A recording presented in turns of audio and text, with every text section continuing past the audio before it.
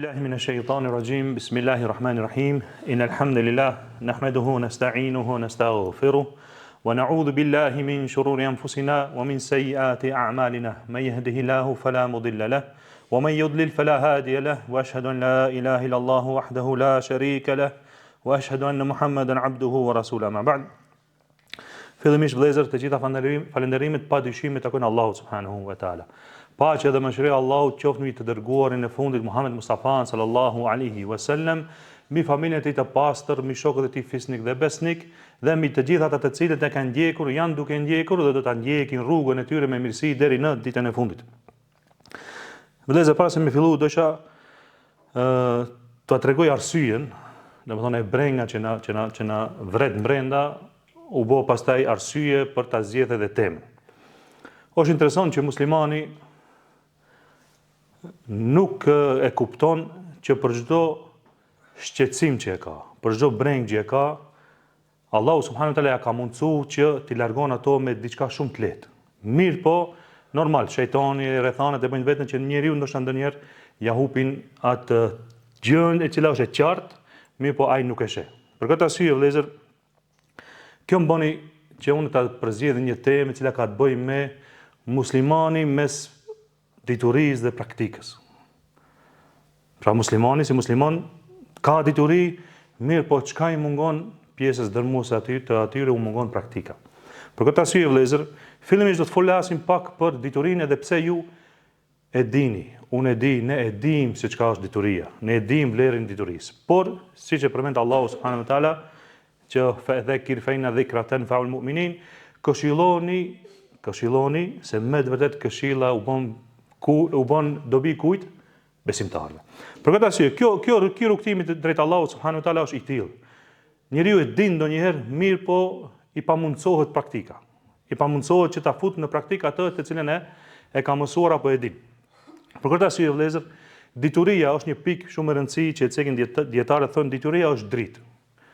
Dituria është dritë dhe ka ardhur në për shumë fjalë, si në fjalët e Allahut, si në fjalët e pejgamberit sallallahu alajhi wasallam, por edhe në fjalët e dietarëve të mëdhenj, të cilat do t'i shohim, inshallah do t'i cekim më vonë, që dituria është dritë. Kur themi dituria është dritë, do të thonë bash dritë që ndriçon.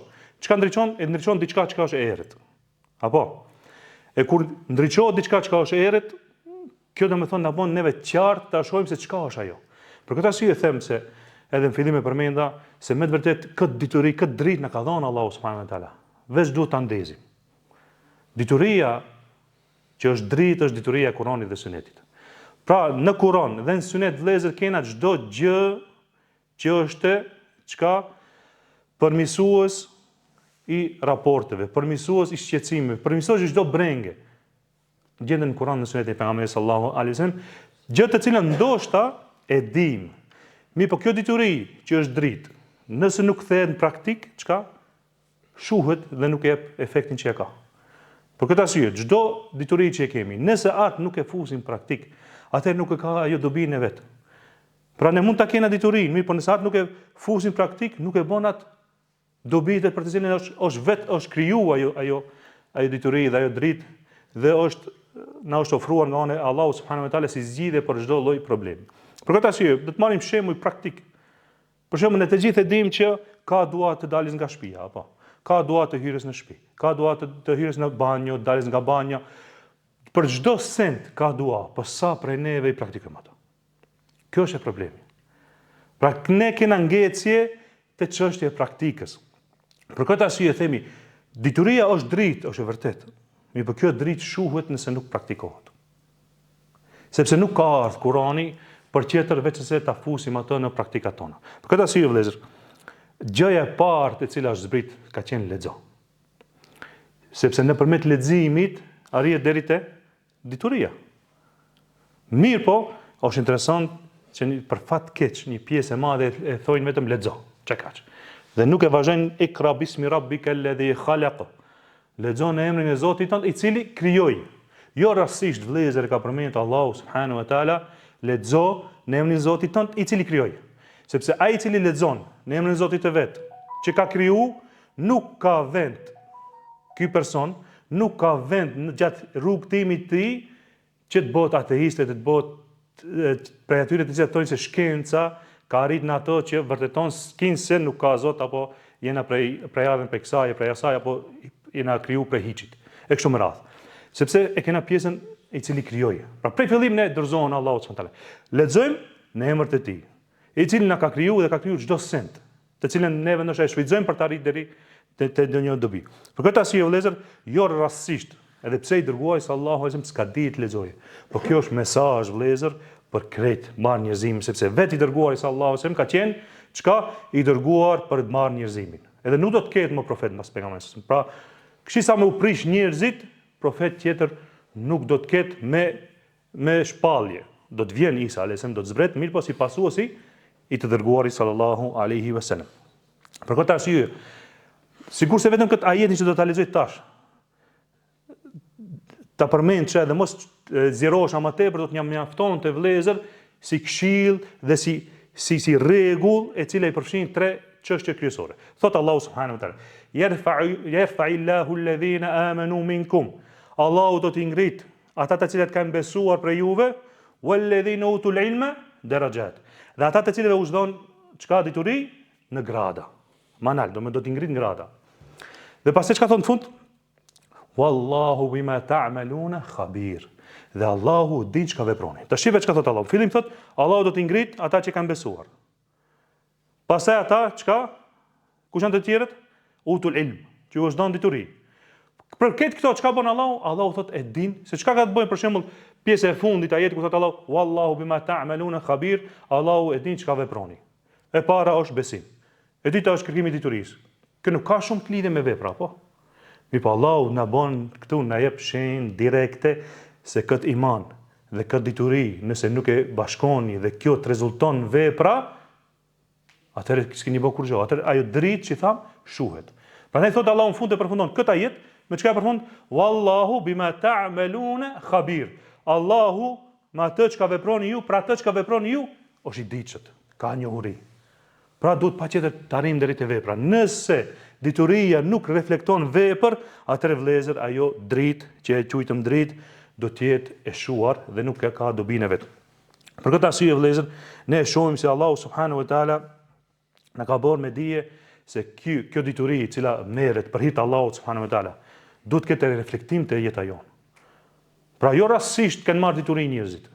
Nuk është vetëm për se dituria nëse e marrim kështu thjesht si kuptim, është ngritja e ignorancës.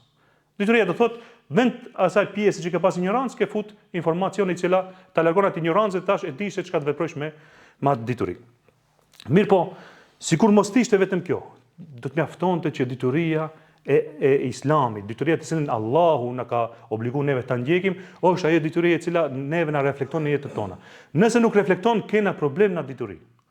Pra Allahu subhanahu wa taala nuk e ka zbrit, edhe kështu e ka kuptuar gjeneratat e para, nuk e ka zbrit Kur'anin për të marrë vetëm dituri, për ta futur në hard diskin ton, në memorien ton. Jo, qëllimi i Kur'anit është diçka e gjallë. Nga e marrim ne këtë, nga e kuptojmë që Allahu e ka pru Kur'anin për ta praktikuar, nga i vet jeta e pejgamberit sallallahu alajhi wasallam, bile edhe më herët, nga vet fakti se Kur'ani është zbrit për brenda 23 viteve, varësisht prej nevojave dhe situatave. Apo, nuk ka zbrit për një herë në tokë, por ka zbrit mbas nevojave. Ka ndodhur diçka, pejgamberi s'ka ditë çka të vepron, vjen Xhibrili. Në sekond, i thotë kjo duhet kështu. Pyetet për diçka i dërguari sallallahu alajhi wasallam, s'ka ditë çka të vepron, vjen Xhibrili, i tregon kjo. Pra është jetuar Kur'ani dhe Kur'ani ka zbrit për çka të punë. Dhe është për gjithmonë, për çdo kohë dhe çdo vend. Pra nuk do të vjetërsohet Kur'ani derisa ngritet. Kur ngritet më atëherë dhe nuk do të ketë musliman, do të jenë ato muslimanët e fundit që ka thënë pejgamberi sallallahu alajhi wasallam për ata janë ata të cilët thonë Allah, Allah. Imani i tyre dhe vepra e atij imanit, praktikimi i atij imanit do të jetë vetëm fjala Allah. S'do din as më tepër as la ilaha illallah nuk do din. Allah, Allah. Pas aty nuk do të ketë më musliman dhe do të ngritet, pa do të vjen ai flama që ka përmend i dërguari sallallahu alajhi wasallam, do të jetë një flamë që e butë për besimtarët e do të vdesin krejt ata që kanë iman. Edhe kiametin do ta përjetojnë jo besimtarët.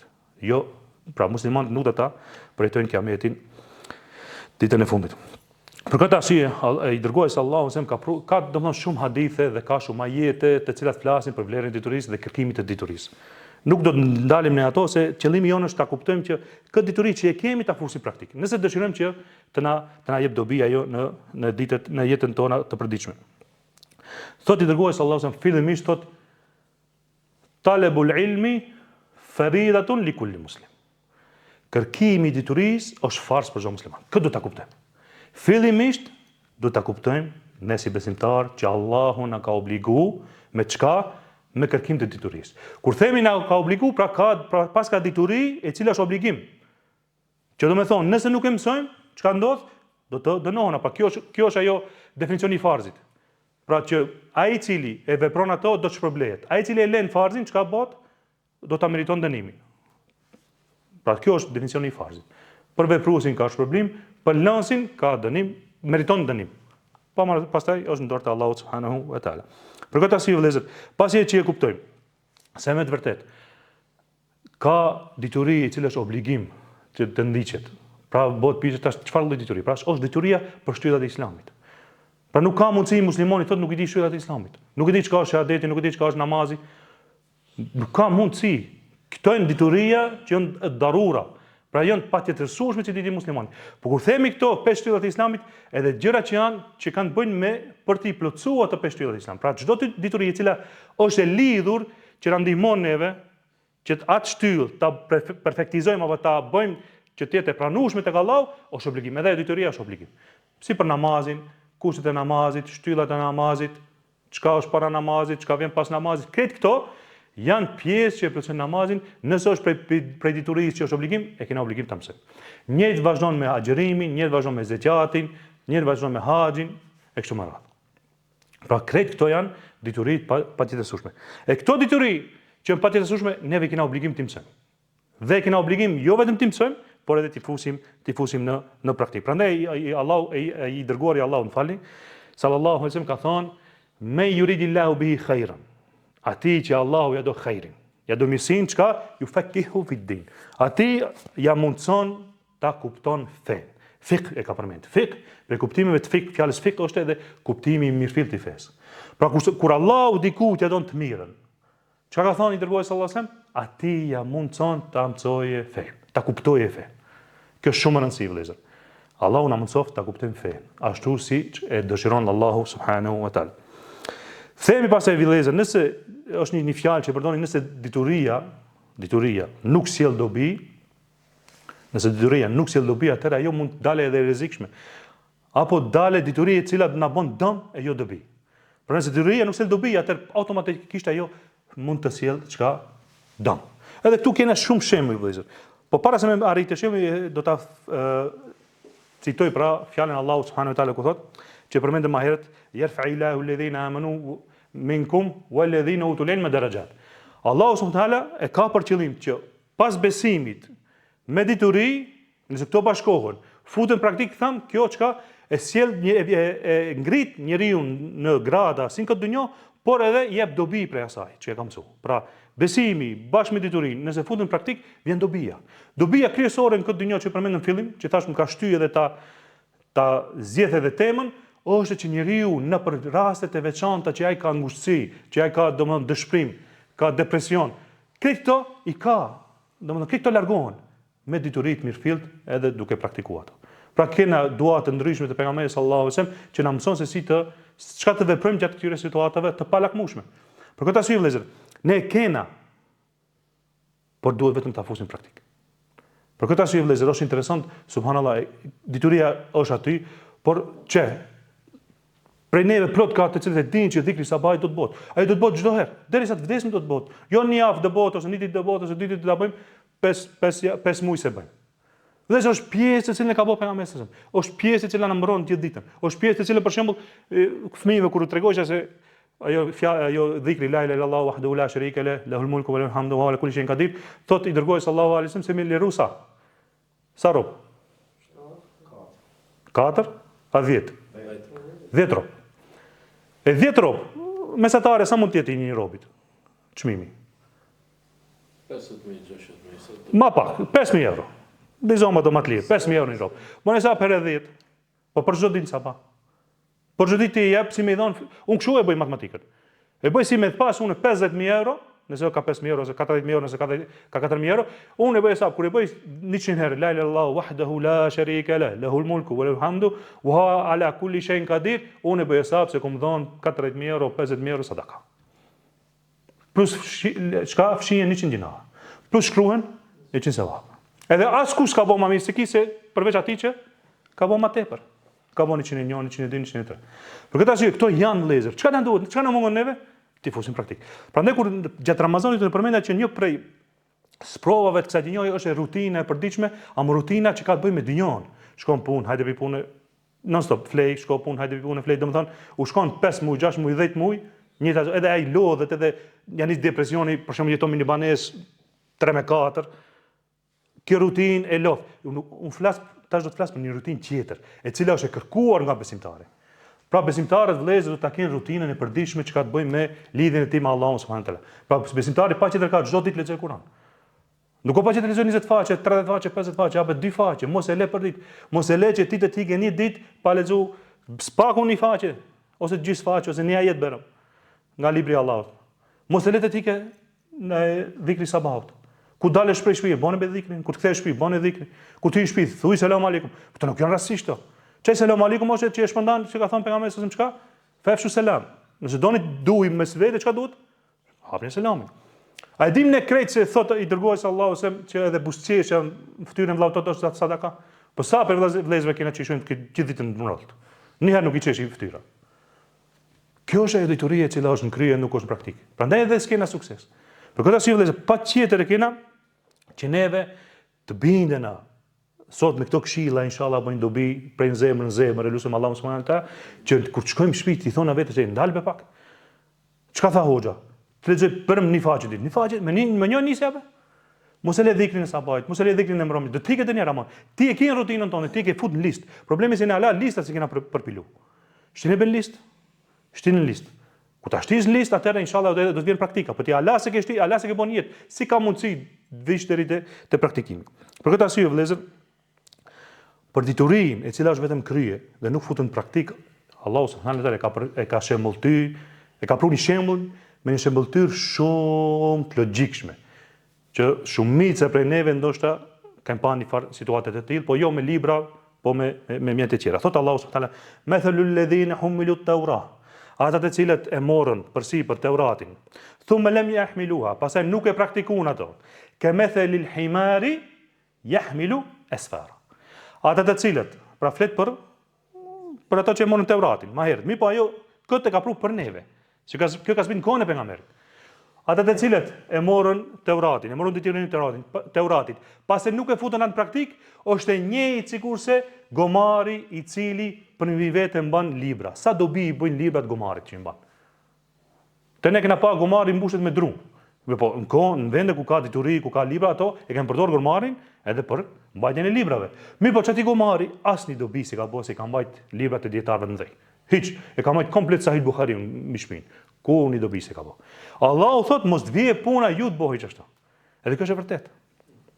Është e vërtetë. Sa ka libra në shtëpiat tona që nuk lexohen. Po dalom leximin. Sa ka dituri që është marrë nga ato libra, nga ato ligjërata, që është në kryen ton, por nuk futet në praktik. Sa ka? Plot. Për këtë arsye vëllezër, ti kthehemi vetes i thonë mora unë musliman, nuk jam ndryshe beqeve. Si ka mundësi ndëgjojmë për filanin që 20 vjet i bën ka dy gjuzan ditë i ka përsëritje se është hafiz.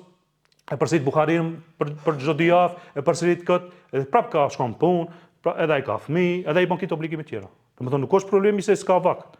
Problemi unë andaj vakt për Allahun subhanuhu teala. Për këtë arsye do të shumë mirë ti kthehena vetes e ti themi, hajde ta bëjmë këtë orar, këtë përpilimin e kësaj rutine islame tash e cila është dobishme, jo si ajo tjetër që përmend në Ramazan, që është e dëmshme. Jo, kjo është rutinë të cilën duhet ta ketë çdo besimtar. Ti me marr të lexojmë neve, me marr të lexojmë dhe ta shohim se si e bëjnë këtë rutinën dietarët e mëdhenj të habitesh. Ka dietar që gjithë ditën janë shmarrë me delegacioni, se ka qenë dietar i madh, Sheikh Bin Bazi për shembull. Gjithë ditën me delegacioni, gjithë ditën ka qenë i lot, kur ka qenë mesi gjysore ka kaluar mbas mesit natës. Edhe i thot ai vllau që ka shkujt e i ka ndihmu, se ka qenë i verbër, që është shoqëruesi i tij gjithmonë, i thot për Sheikh Bin Bazit, tash ka as koha xhumit, jo thot unë prej rutinës se kam bë këtë. Tha mor abdes, i boni ato çka i kishin mbet prej rutinës së përditshme, mra parat fine. Ja ka bë kusht vetes. Ka thonë unë në ditë do bëj këtë. Në hoxhallar jena po kena nevojë për derse. Hoxhallar po kena nevojë për derse dhe ngjëm derse. Çka me të puna për xhamatin. Pse çashtu është njeri, nuk dallon hoxha prej jo hoxhën këtë rast. Çdo njeri kena nevojë për këshilla, çdo njeri kena nevojë për aleikum selam. Çdo njeri kena nevojë për besim, çdo njeri kena nevojë për forcimin e imanit. Prandaj vëllezër, patjetër duhet t'i kthena vetes, e t'i thonë o ti filan, bohu rob i mirë i Allahut subhanahu wa taala, i cili një pjesë të madhe të kohës vete e përmbush me çka? E përmbush me hajër, e përmbush me dituri dhe pastaj e fut në praktika diturinë të cilën e merr. Për këtë arsye vëllezër, vepra, pra praktikimi i asaj që dim është dëshmi e asaj që dim. Vetë praktikimi jon tregon se neve kena dituri edhe kësaj. Për shembull, nëse unë dazojm, nëse unë e di apo e përmendë çat dhikrin e sabahut, që e di përmend apo. Kjo do të thotë dëshmi që unë e veproj ato, se ja di edhe shpërblimin. Dhe këto janë gjërat të cilat neve na dëshmojnë tash se ki që vepron kështu pas ka dituri mas asaj, se nuk pa dituri nuk mund të vepron. E neve për fat keq vendit ton, sidomos këtë tova jon, edhe ma gjërë mi, po do më thonë kena një farë problemi që feja shumë merret si formalitet. Kjo shumë e keqe. Kjo nivelin të hoxhallarëve ndoshta. Mos foli xhamatit. Është mbare për shembull, është mbare shumë shkoje hoxha, studioi 4 vjet, 6 vjet, edhe të vjen këtu, për asaj diturie që ka marrë që në tokat arabe foli, që ka dietar sa dush, ku të shkosh, nuk ka dallim ku të shkosh më thosh. A shkove në Egjipt, a shkove në Siri, a shkove në Saudi, ku dush shko, çaj Kur'an është, çato hadithe janë, çaj tefsir është, çato lëmi janë, çaj usul është. Kuptoni? Kretë është njëtë, mirë, po vjen ai hoxha, me ka marrë diturinë atë bagazh, vjen këtu i përshtatet edhe aty ku s'duhet xhamatit. Ky bie njëjtë sikur se një mjek shkoi të studiojë na për kin, na për fizioterapi, për edhe vjen këtu prap e ngjonat Krepaja, kush është ai i cili ka qenë shumë i njohur në vendin tonë, që ka ditë që përmend ti kërcëllojë njerëzit. Kjo mbara është. Dituria do të futet në praktik. Pse ke shku ti të studiosh 4-5 vjet, 6 vjet, edhe vjen këtu një jutbor i cili ndoshta pala namazin ka sa duhet, si duhet, apo si duhet, se është shumë normale, pa dituri, vjen ai të kallzon se çka të bësh ti. Kjo është shumë problematike. Kjo si për hoxhallarët, kjo është edhe për xhamatin në përgjithësi. Çashtu jena, është keq kjo. Është gjë që na dhem neve po e përmendim. Për këtë arsye vëllezër, duhet patjetër neve si besimtar ta kuptojmë se Allahu subhanahu wa taala përveç që na ka obliguar me dituri, na ka obliguar edhe ta fusim praktika ato që t'ia shohim hajrin.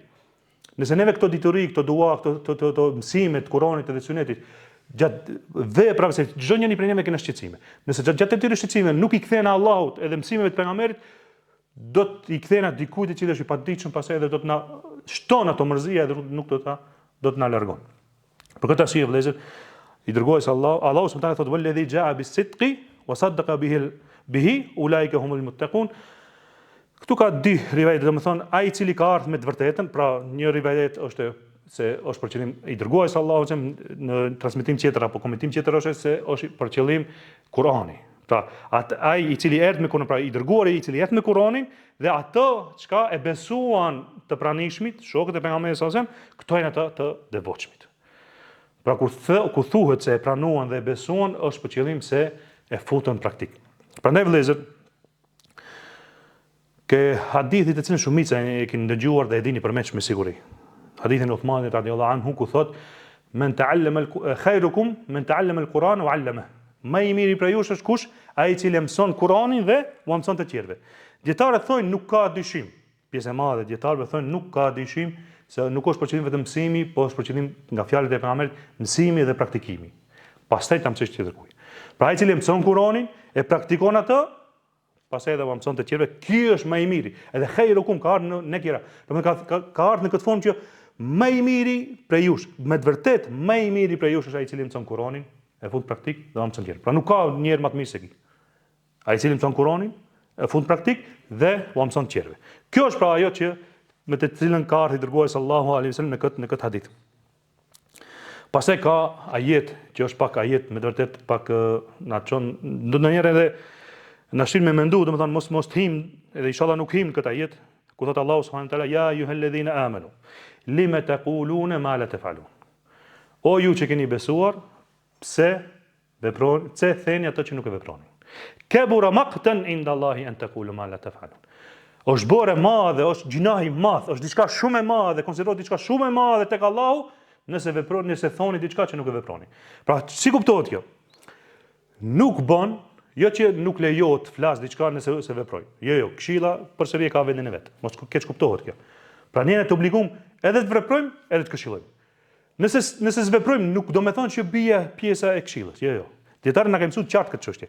Pra nëse neve si besimtar ndoshta diçka nuk mund ta veprojmë. Mirë, po na ka ardhur rasti që çu dal para juve e thonë kjo është mirë bot, nuk do me thonë që kjo bie për me. Jo. Unë duhet ta veproj, por nëse se veproj, duhet t'i këshilloj tjerët. Qëllimi është tu, do me thonë, kur bëni diçka që është prej farzeve, që është prej gjërat që janë madhështore që nuk ka mundësi t'i largohet muslimani, apo nuk është që muslimani nuk e lën ato, pra diçka e cilën nuk ka drejt ta lënë muslimani, atëherë edhe thret në ato, nuk mundesh. Janë gjëra që dihet. Prandaj ti duhet veprojsh diçka apo të flasësh për diçka e cila me të vërtet është në suazat të Islamit dhe është prej farzeve të Islamit. Pra këtu është për qëllim kjo, të cilën Allahu subhanahu wa taala e ka pasur për qëllim, ku thotë se lime takulun ma la tafalun. Ojë që besoni, pse theni diçka, thoni diçka të cilën nuk e veproni. Pra këtu ka shumë edhe komente tjera për të cilat kanë ardhur. Mirë, po neve do të vazhdojmë inshallah me pjesën që ka të bëjë me çështjen e diturisë. Thotë i dërgoi sallallahu alaihi wasallam një hadith dhe përmend dhe aty bën pjesë te ky ajet që e përmendëm, thotë i dërgoi sallallahu alaihi wasallam. Thotë arbaun, 4 cilësi, të cilat nëse i ka një person, llogaritet hipokrit. Kur themi vëllezër hipokrit, e kena përqendrim hipokritin në bazë të shariatit. Pra hipokritin në bazë të shariatit është ai personi i cili e fsheh kufrin, mosbesimin dhe shfaq Islamin. Ki është hipokriti. Po thotë i dërgoi sa nëse dikush i ka krejt këto 4 cilësi, atëherë është munafikan khalisan. Atëherë është hipokrit, munafik i pastër, i qartë. Por nëse dikush i ka ndonjë cilësi prej tyre, ka cilësitë e munafikit. Pra nëse ka një prej tyre, ka cilësitë e munafikit. Ka thënë i dërgoi sallallahu alaihi wasallam. Pra është ai i cili kur i besohet diçka tradhton. Kur i jepet diçka amanet, tradhton, nuk e mban. Pastaj thot, kur flet gënjen. Edhe kjo këtë dallohet me një person. Pra bile është i padishirueshëm në mezhlis. Si të filloj tha, ja nisi ki tash me gënjeshët. Pse të gënjesh? Çfarë gënjesha subhanallahu interesant është se gënjeshtra është 100% dorën tonë. Pra fjala e vërtetë, fjala e gënjer është 100% në dorën tonë. Si duam e thojmë, si duam nuk e thojmë. Prandaj është diçka shumë e shumtuar, edhe është qësi munafik. Pa ti pse ta thosh për shembull që kjo është e zezë. Kjo është gënjeshtër e qartë, se nuk është e zezë. Për këtë arsye, dietarët thonë është prej mëkateve të mëdha gënjeshtër për shkak se e ke në dorë 100% edhe ti përsëri vepron ndryshe për asaj, pra e tregon jo realitetin e asaj çështje për çka i duke fol. Pastaj thon fund kur premton e thyen premtimin dhe kur ka kacafitje dhe zihet me dikont, e shkel domethënë, bën zullum. Shembull, unë me këtë zihem, e shoh që ai ka dopsi, e shoh që ai mund ta shfrytëzoj rastin tash, kam njerëz për kollë, i bëj zullum. Domethënë nuk mbaj drejtësi dhe mund zihem. Ama prap do të jesh musliman, do të kesh drejtësi. E shoh që ne ka dalë se ki pas ka tamam këtu. Ka dalë se pasam keç kuptuar kështu me radh. Jo, ta shfrytëzosh rastin, ke dikon të afër, keni pra shfrytëzimi i rastit për zullum. Në këtë rast tregohet nga i dërguari sallallahu sepse është prej cilësive të munafikit. Edhe kjo është e vërtetë. Kena parë apo si quhet ndryshe e quhen pejgamberi sallallahu edhe Allahu shahadatu zur, dëshmia e rrejshme. Mbridhen komplet shoqënia, shkojnë dëshmojnë se filon vendi është i filonit, a e din krejt çato që nuk është. Mirë, po ki ka dëshmitar, ai s'ka, i kanë vdek këtë afërmit, edhe hub. Prandaj dërguari sallallahu alajhi wasallam ka thonë bile për të folmen, ka thonë se me vërtet min al-bayani li sihr. Ka ndonjëherë prej të folmes, çka është llogaritë si sihr, si magji.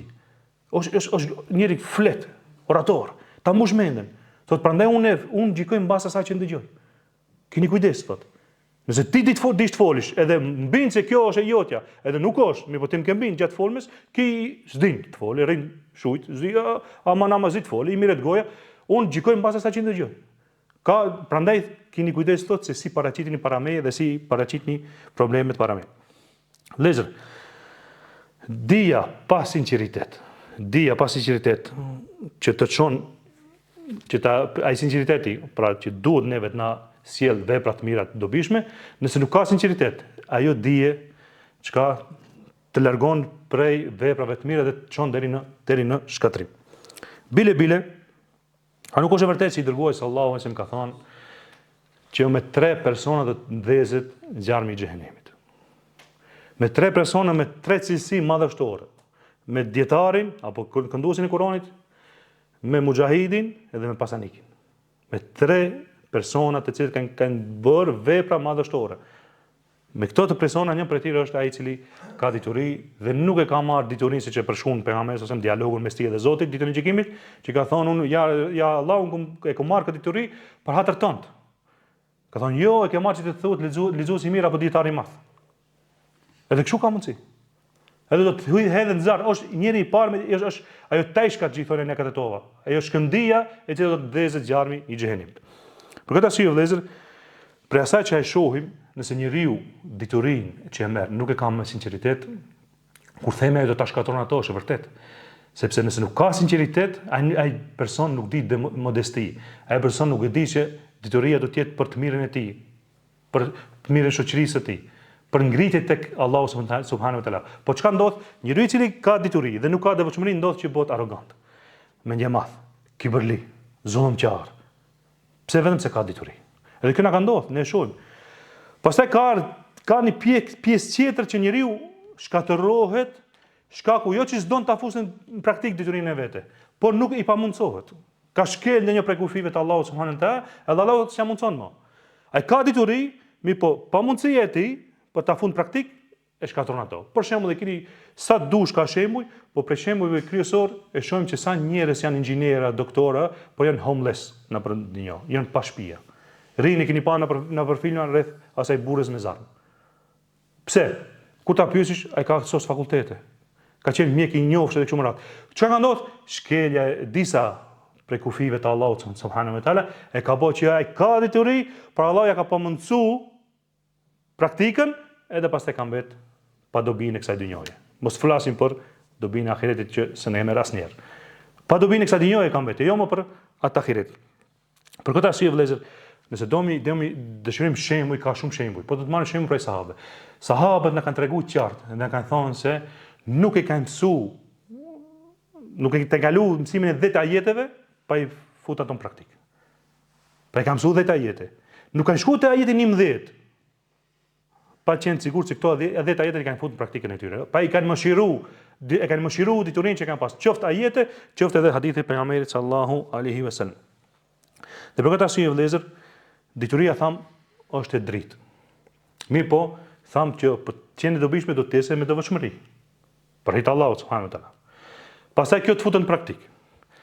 Por ka raste që përmendëm, tham nëse shkelet ndonjë prej kufive të Allahut, Allah ta merr këtë dritë. E hek. Edhe ti nuk sheh. Pra dish çka duhet veprosh, ama në moment nuk sheh. E keni parë nëse je tu hesh, mishim këtë dritat. Tak asnjëri tjetër nuk e shohin. Kush na mundson që ta shohim njëri tjetrin, është kjo dritë. E dituria është ashtu vëllezër. Mirë, po kjo dituri, nëse shkelim kufit e Allahut, kjo pastaj nuk ndryshon më shuhet. E kena rastin e Imam Shafiut, ku ka shkuar e ka pru edhe si poezi, Imam Shafiu thot shkova edhe ka përmendur edhe arabisht shakau të thot ila Waki' su'u hifdhi. Të shkova u ankova te Waki' ka qenë mësuesi i Shafiut. Waki' ibn Jarrah. Thot shkova te Waki' edhe u ankova për memorien e saj së mbaj mend. Su'u hifdhi pra kumzon mos mbaj mend. Çka thot? Farshadani ila taqil ma'asi. Thot dhe udhzoi në lënien e gjunaheve. Wa akhbarani. Dhe më tregoi. Pasi më thaj lini gjinahat. E tash thot hec të ka. Wa akhbarani thot bi anna al-ilma nurun. Dhe më tha se dituria është dritë. Pastaj thot wa nurullahi la yuhta al-asi. Apo li asin. Dituria është dritë dhe drita e Allahut nuk i jepet gjinaqarit. A e kupton? Prandaj do të jena shumë të kujdesshëm vëllezër. Që këto dituri dhe këtë dituri e cila është dritë për neve, kjo dituri nëse s'ka sinqeritet dhe s'ka praktik, kjo shuhet. Pa dihava që e kena me vete. Pa dihava që e kam një dritë me 500 watt, mi kryje nëse s'punon. Kot. Ajo është aty. Por nuk punon. Njëjti bie Dituria pa praktik i bie një shembull thash do ta përmend inshallah se shumë shembull ilustrativ edhe shumë praktik. Për shembull kena robotin apo kit sirrin e robotit i cili prodhon në fund një veturë. E keni pa tash kit me krahasi, kit automatik është. Prej fillim deri në fund vetura prodhon në fund. Po kjo roboti është. Softveri është aty. Update i bëm kit mirë aty ka. Mirë po nëse nuk e shtypin on makinën, a do prodhojë vetura? Kjo është dituria pa praktik. Pra nëse ai roboti, ai kita i sistemi robotave, nëse nuk e shtypish on, badihava që i ka softverin brenda. A diturin badihava që e ka brenda. Nëse ai nuk e fund praktik, nuk çet asnjë veturë. Mund me mija vjet rrjeç aty, pa e dhes nuk çet asnjë veturë. Në moment që e dhesim, ndezim çka do, ja nisin dalin veturat një ka një. Kjo është shembulli ta kuptojmë bashkë më mirë se si është çështja e praktikës asaj që kena, pra si ta praktikojmë atë që kena detyria dhe dobija si ta arrijmë deri aty. Ajo që duhet ta dim është se ndonjëherë është kollaj të folish edhe tash e dim e kuptojmë neve që duhet detyrinë ta fusim praktik mirë, po prapë s'mundim. Atëherë duhet kërkojmë ndihmë nga ana e Allahut subhanahu wa taala. Prandaj prej lutjeve që ka bëj dërgoi sallallahu alaihi wasallam që është edhe prej dhikrit sabah çka është? Allahumma inni as'aluka ilman nafi'an wa rizqan tayyiban wa 'amalan mutaqabbala. Dhe vepër të pranuar. Këtë arsye do ta lutim jo rastësisht e kam mësuar Allahu pejgamberin sallallahu alaihi wasallam. Pejgamberi ka thënë, pa ai ka bëu këto dua para se më i bë qerrët. Dhe i ka mësuar se do të bëhet çdo ditë. Çdo ditë do ta lutim Allahun subhanahu wa taala çka? O Allah, më furnizo me dituri të dobishme, me risk halal, se shumë ndikon risku halal në jetën tonë përditshme. Me risk halal dhe me çka? Me vepra të pranuara. Dituri, vepër. Dhe këto i bashkon për ditë do ta bëjmë këtë dua vëllezër. Gjithashtu vëllezër, në shumicën e ajeteve kur paraqitet çështja e shpërblimit në fund të ajetit, fillimisht paraqitet çfarë veprash. Alladhina amanu wa amilu as-salihat. Pa gjithmonë besimin e ka lidh me veprat e mira. Pa gjithmonë ose në shumës ka ardhur ose ka ardhur njëjës. Kryesorja kur ka përmend Allahu subhanahu wa taala ata të cilët veprojnë apo ai i cili vepron, ai i cili beson dhe vepron. Ata që besuan dhe vepruan, çka? Xhenete, lumej e kështu me radhë. Pra shumë vende kron. Çka na jep këtu sinjale dhe mesazh Allahu subhanahu wa taala se nuk bën vetëm besim, nuk mundesh, nuk ka dobi veç besimi pa vepër, nuk ka dobi. Hiç. Pa tjetër duhet vepër me besimin bashk edhe krejt kjo pastaj tjetër edhe në për hir të Allahut subhanahu wa taala me sinqeritet të plotë. Atëherë do të kena dobi, atëherë vëllezër u garantoj, ashtu siç ka garantuar Allahu në Kur'an, do të kena çka hayaten tayyiba. Ka thonë Allahu në Kur'an. Do të kena jetë të rehatshme. Kur njeriu ka detyri, edhe ma detyri vepron, vëllezër u garantoj prej këtij vendi se me të vërtet do të kena jetë mirë. Nëse s'kena jetë mirë, ta dini që kena problemin të detyria edhe praktika. Shumë e thjeshtë. Që Allahu garanton, vetësh Allahu krijuesi i cili garanton thotë çka do t'i japim hayaten tayyiba. Kush ai i cili beson dhe vepron vepra të mira. Për këtë arsye vëllezër, duhet ta dimë që detyria është themeli, por veprat janë ndërtimi. Detyria është themeli. Edhe pastaj praktika është ndërtimi, pastaj ndërto sa dush për mi. Pastaj detyria do të jetë e tillë që neve të na përmirëson sjelljet tona, na përmirëson veprat tona, na përmirëson krejt neve. Jo vetëm mjaftohemi me diçka e cila është e lehtë për neve, jo. Kjo detyri do të jetë se ajo e cila neve do të na përmirëson fillimisht vetet tona, sjelljet, çdo aspekt që kena negativ, detyria është ajo e cila do të reflekton pozitivisht edhe. Kena qenë nervoz, nuk ka problem. Detyria do të bëjë inshallah mendimin e detyrisë edhe lutjet ndaj Allahut, do të bëhem i njeri i cili çka e ka larguar nervozën. Kam qenë kështu i vrasht, kam qenë ashtu, kam fjet shumë, çfarë flema pak. Pra çdo sent e cila ka qenë negative, mu detyria islame dhe praktika e asaj detyrie do të më ndryshon, do të më bën një prej robëve të Allahut të sinqert dhe të cilët e praktikojnë ato që e mësojnë. Vëllezër, ajo që duhet tjetë dhe do ta kena parasysh është që detyria e jon jo mos mbetet vetëm në mendet tona, në zemrat tona, por të jetë zbresë në tokë thonë dietarët dhe të kthehet ajo në vepra dhe pastaj ajo të jetë ajo që e lusim Allahun subhanallahu nëpërmjet atyre veprave që tham e dëshmon atë që kena në mendjet tona dhe gjokset tona. Pra, ajo veprim, ato vepra të cilat i vërtetojmë, janë vërtetuese dhe dëshmuese se unë kam njohuri dhe kam dituri të cilën e kam marrë për hit Allahut subhanahu wa taala. Përndryshe, nëse nuk futën praktik, atëre ndoshta nuk ka qenë për hit Allahut subhanahu wa taala. Për këtë arsye në fund, e lutem Allahun subhanahu wa taala dhe themi: o Allah, na jep dije të dobishme dhe na bëj prej atyre të cilat e veprojnë atë që di. Shkurt, o Zot, na jep dije të dobishme dhe na mundëso që ta veprojmë atë që di. Me kaq e përfundojmë për sot. Wa akhir da'wana alhamdulillahi rabbil alamin.